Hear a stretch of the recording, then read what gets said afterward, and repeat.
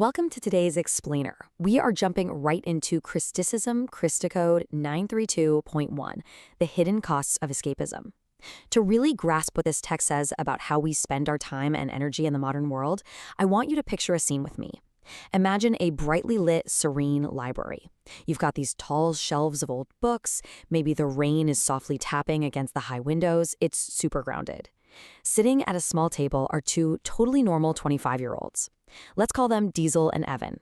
Diesel is kind of slumped over in his hoodie, his knee is bouncing, and he's just staring at this fan of unopened past due bills on the table. Evan, on the other hand, exudes this really steady, grounded calm, just sketching quietly in his notebook. Now, on the surface, this looks like two friends just venting about everyday stress, debt, and modern distractions. But as you'll see, the source material uses this everyday setup to unpack a pretty profound philosophy. It asks a big question. What actually happens when we pay for our entertainment with something way more valuable than our money? Okay, let's dive into this. The core problem really starts with Diesel's financial reality.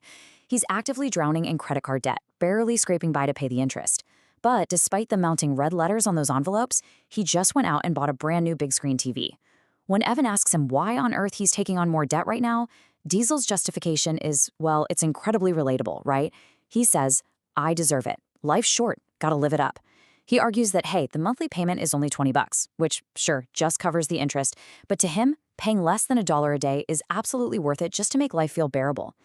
It's a perfect snapshot of a feeling so many of us know well, using material purchases and the promise of distraction to just soothe the overwhelming stress of everyday survival. But the text shows us this goes a lot deeper than just financial debt. We're talking about a serious psychological toll here. To shut his brain off from the exhaustion of his week and the constant anxiety of those bills, Diesel admits he's spending over 4 hours a day binge watching. On the weekends, he stays up crazy late, channeling his stress into endless scrolling in movies. And the source highlights a really striking symptom of this habit. Diesel's mind is literally becoming saturated. The high-definition pictures he's consuming are so intensely real to him that when he sleeps, his brain just replays scenes from shows. It gets to the point where he confesses to Evan that he's actually having trouble telling his real memories apart from his movie memories. The constant stream of glowing distraction is quite literally blurring the lines of his own lived reality. Now, what's fascinating here is Evan's perspective on what is actually happening when we sit down and zone out. Evan, by the way, doesn't even own a TV. And he deconstructs our daily media habits by breaking down the very words we use.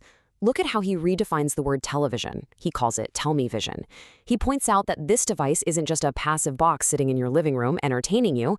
It is a tool that actively tells you what visions to see.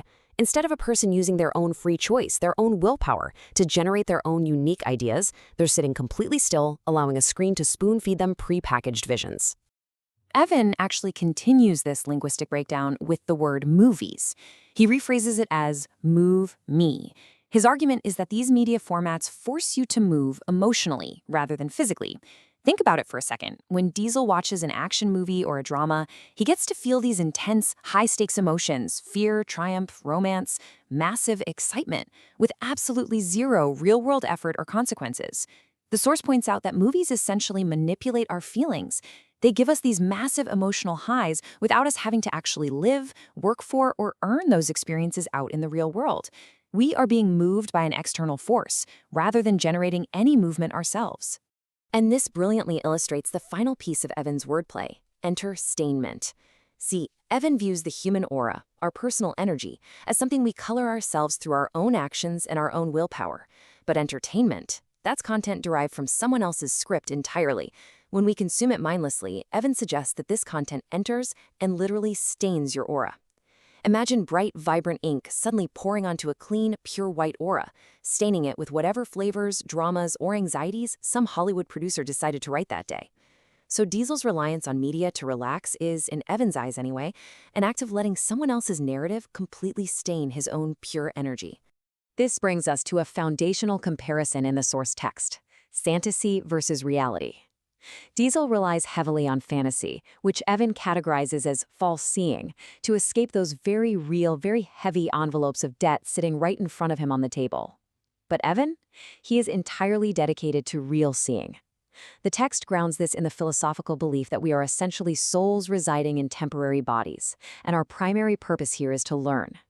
If we pack our minds with false seeing, we lose our ability to focus on what is actually happening around us.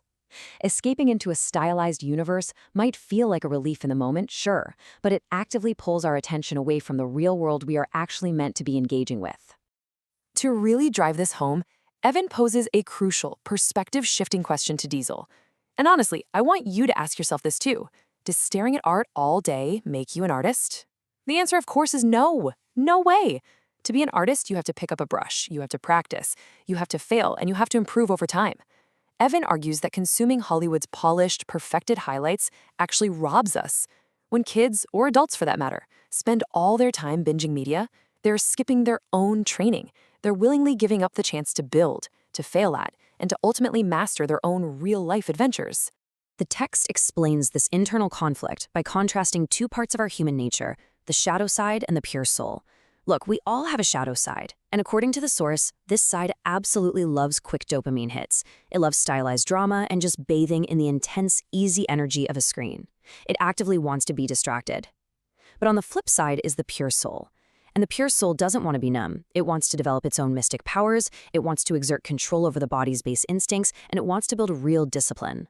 So what we're looking at is a constant tug of war between the part of us that just wants the easy escape and the part that actually wants to put in the work to grow. So the crucial point is that this passive consumption is far from harmless. There is a very specific spiritual and emotional toll being exacted here.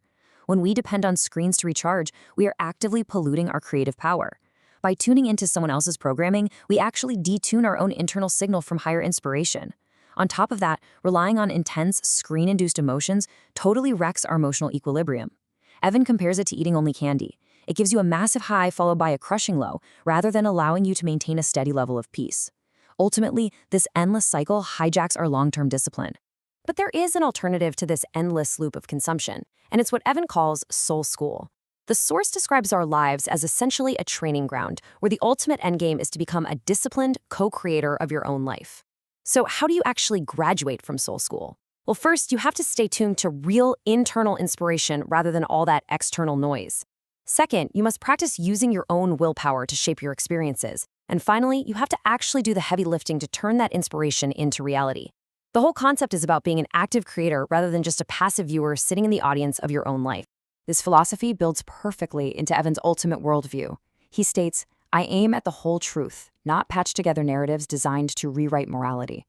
Evan recognizes that media makers are primarily interested in our money, not the graduation of our souls. His goal is to live authentically and maintain a steady, unshakable level of deep joy and harmony. He just straight up refuses to ride the artificial, crafted highs of media that he knows will only lead to an inevitable emotional crashes. Instead, he wants to train himself to create his own highs, naturally, out in the real world. As we wrap up today's explainer, I want to leave you with a memorable thought straight from the heart of this text. Every single day, with every single hour of free time we have, we are making a choice. We are either consuming or we are building. So the question is, are you feeding your shadow or are you training your soul's superpowers? Are the visions you take in every day making you a more powerful creator of your own life, or are you just settling for someone else's script? It's an absolutely fascinating framework to view our daily habits through, and it for sure leaves us with a lot to reflect on. Thanks so much for joining me to explore this text, and I'll see you next time.